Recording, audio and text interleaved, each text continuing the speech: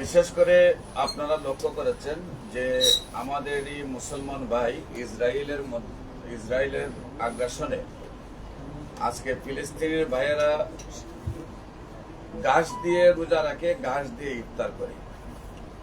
তাদের অন্ন নাই, বস্ত্র নাই, বাসস্থান নাই, চিকিৎসা নাই,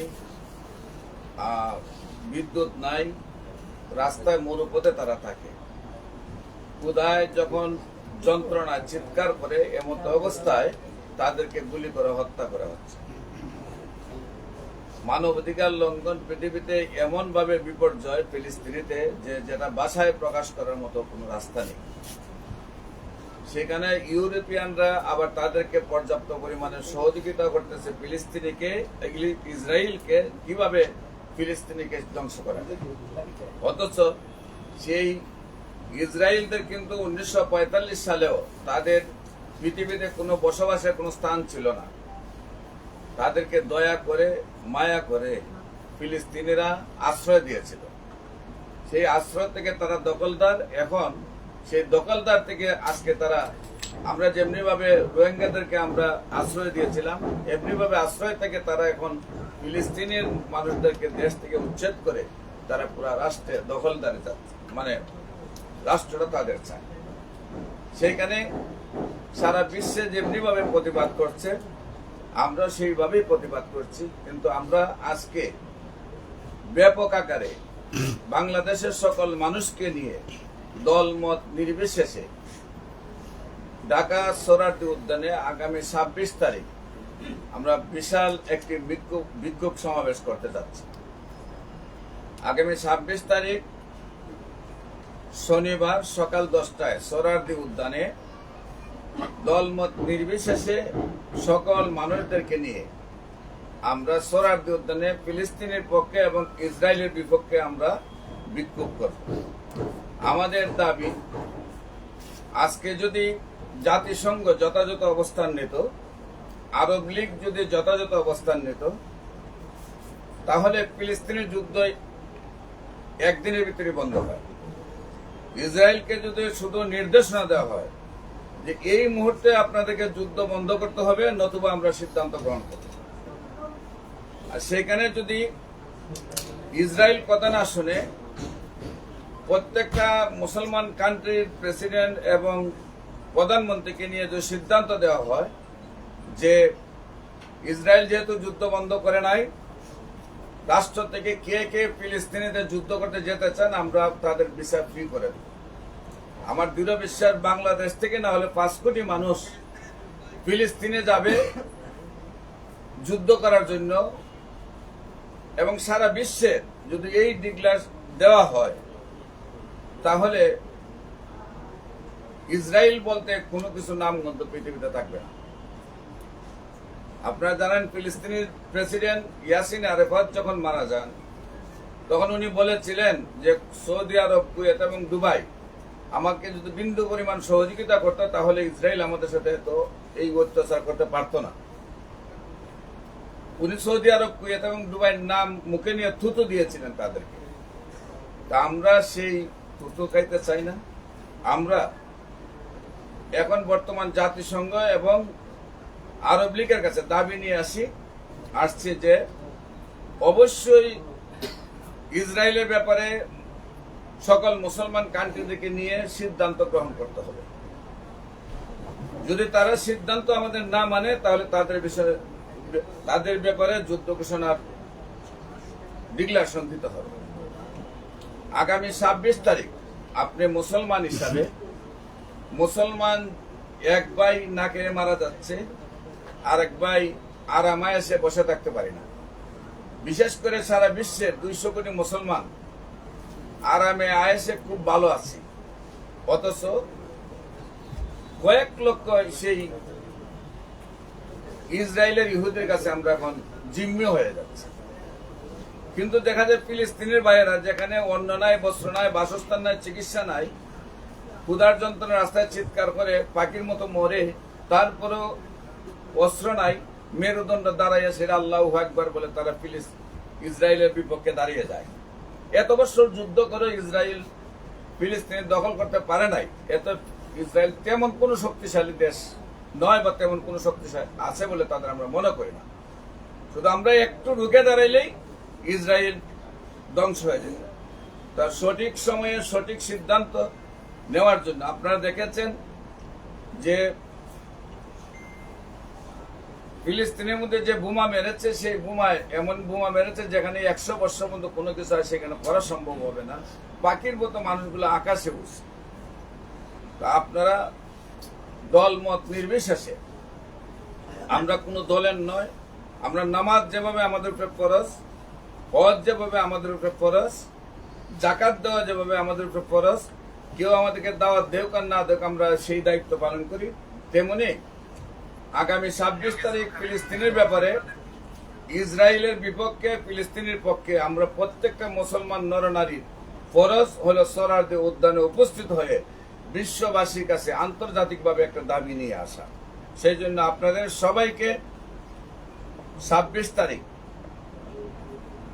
সোহরাওয়ার্দী উদ্যানে সকাল 10টায় দলে দলে মিছিলে মিছিলে ফিলিস্তিনের পক্ষে স্লোগান দিয়ে ইসরায়েলের আগ্রাসন বন্ধ করার দাবিতে আপনারা সোহরাওয়ার্দী উদ্যানে সমবেত হবেন, সেই আহ্বান জানাচ্ছি আমি cancer specialist doctor SM. Sarwar, Bangladesh ইসলামী সমন্বয় পরিষদের কেন্দ্রীয় সভাপতি হিসাবে, আমাদের বাংলাদেশ ইসলামী সমন্বয় পরিষদের কেন্দ্রীয় নেতৃবৃন্দ এবং বাংলাদেশ ইসলামী সমন্বয় পরিষদ সাংবাদিক পরিষদের কেন্দ্রীয় নেতৃবৃন্দ এবং বাংলাদেশ ইসলামী সমন্বয় যুব পরিষদের কেন্দ্রীয় নেতৃবৃন্দ এবং বাংলাদেশ ইসলামী সমন্বয় ছাত্র পরিষদের কেন্দ্রীয় নেতৃবৃন্দকে আমি নির্দেশ দিচ্ছি, আপনারা আপনাদের অঙ্গ সংগঠনের সারা বাংলাদেশের নেতা কর্মীদেরকে নিয়ে সেদিন উপস্থিত থাকবেন এবং সব রাজনৈতিক সংগঠন, সব সামাজিক সংগঠন এবং সব সমাজের দায়িত্বশীল ব্যক্তি যারা মনে করেন আমাদের আওয়াজগুলো শুনেছেন, আপনাদের নিজেদের দায়িত্ব মনে করে আপনারা সেই দিন উপস্থিত হবেন। আমরা মনে করি সেই দিন উপস্থিত হয়ে প্রতিবাদ করা আমাদের উপরে ফরজ হয়ে দাঁড়িয়েছে। আর আল্লাহ যদি আমাদেরকে সুযোগ দেয় ফিলিস্তিনিতে যুদ্ধের জন্য আমরা অংশগ্রহণ করার মতো মন মানসিকতা তৈরি করেন, আমরা যখনই সুযোগ পাই আমরা ফিলিস্তিনিতে যুদ্ধ করার জন্য যে প্রস্তুত আছি, সেই আহ্বান করে আপনাদের সবাই সাথে স্লোগানে কথা হবে রাজপথে 26শে এপ্রিল সকাল 10টায় সোহরাওয়ার্দী উদ্যানে সমবেত হব। আমরা আপনাদের সবাইকে আহ্বান জানাচ্ছি। আসসালামু আলাইকুম ওয়া রাহমাতুল্লাহি ওয়া বারাকাতুহু।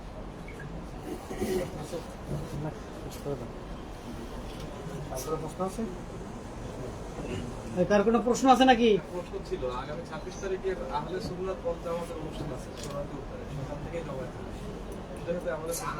সেখানে আহলে সুন্নাত ওয়াল জামাত নয়, সেটা হলো ফ্রি ফর ফিলিস্তিন।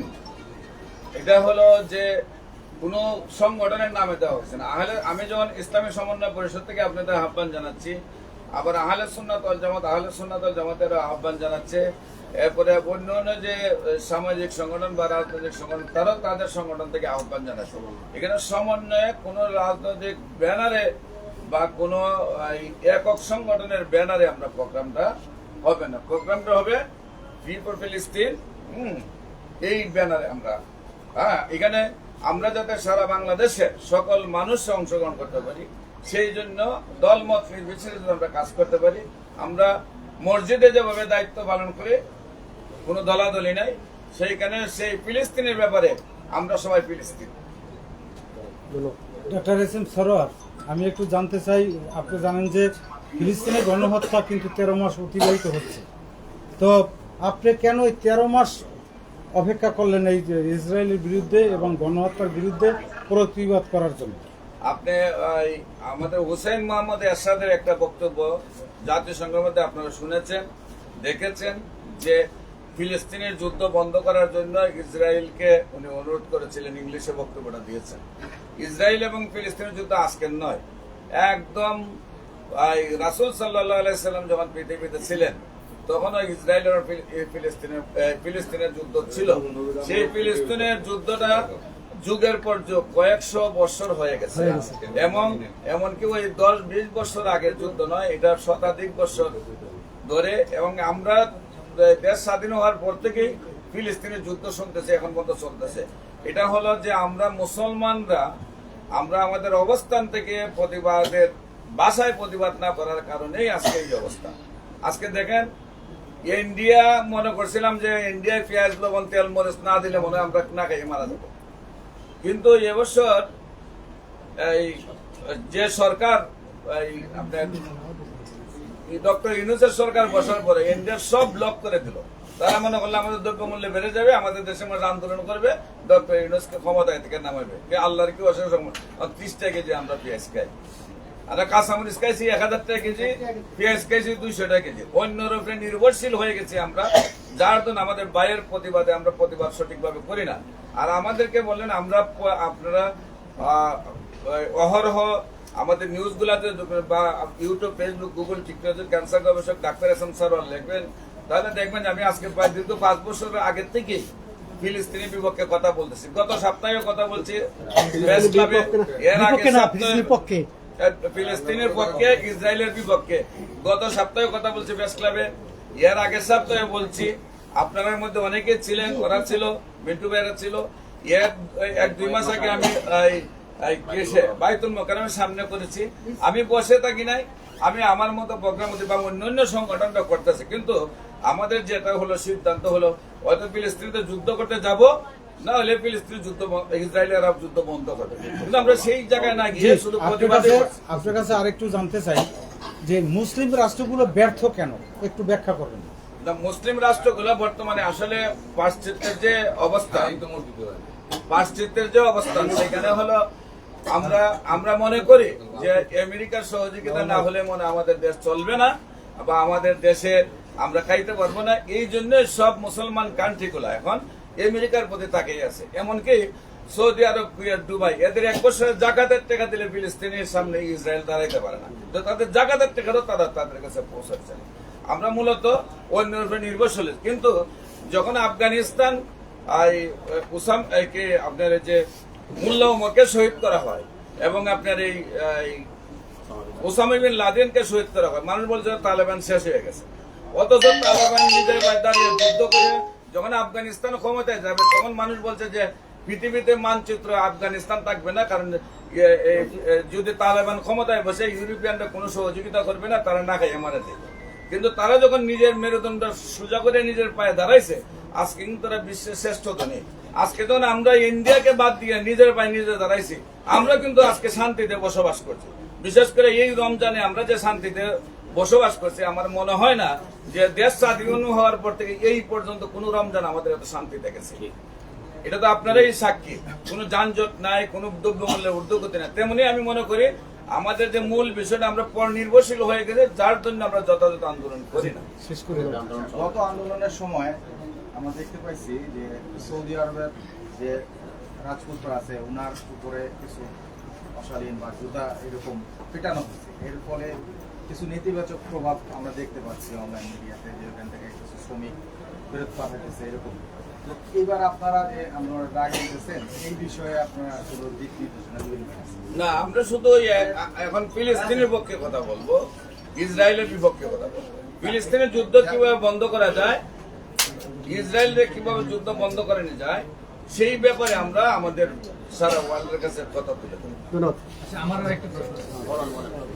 আমার প্রশ্ন হচ্ছে যে এই ফিলিস্তিনের পণ্য যেমন কোকা কোলা, 7 এগুলো কি আমরা দোকান পর্যায়ে বয়কটের সিস্টেমটা চালু করবো, নাকি এটা ফ্যাক্টরি থেকে আমরা টোটালি বন্ধ অত্যন্ত সুন্দর একটা প্রশ্ন যে ফিলিস্তিনের ব্যাপারে, ফিলিস্তিনের যে পণ্যটা আমার বক্তব্যে আনা উচিত ছিল, আপনি বলাতে আপনাকে অনেক ধন্যবাদ।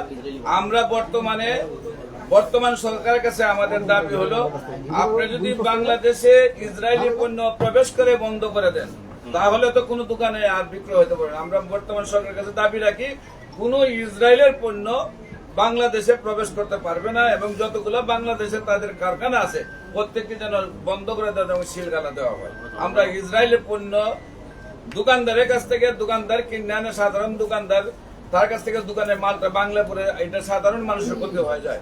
কিন্তু আমরা যদি রাষ্ট্র মূল জায়গা থেকে বন্ধ করতে চাই, তাহলে রাষ্ট্রীয়ভাবে সিদ্ধান্ত নিতে হবে যে ইসরায়েলি পণ্য বাংলাদেশে প্রবেশ করতে না। আমাদের প্রথম দাবি থাকবে, এটা নিয়ে কোনো আনুষ্ঠানিক কোনো এই যে প্রোগ্রামে আমরা বলবো আর কি, দাবি রাখবো। সোহরাওয়ার্দী উদ্যানে বড় করে আপনাদেরকে নিয়ে প্রোগ্রাম করার উদ্দেশ্য হলো সেই দাবিগুলা ইন্টারন্যাশনাল ভাবে যেন যায় এবং সেই দাবিগুলো যেন বাস্তবায়ন হয়। তো আপনাদের সবাইকে 26 তারিখ সোহরাওয়ার্দী উদ্যানে আহ্বান জানিয়ে শেষ করছি। সবাইকে ধন্যবাদ। আসসালাম।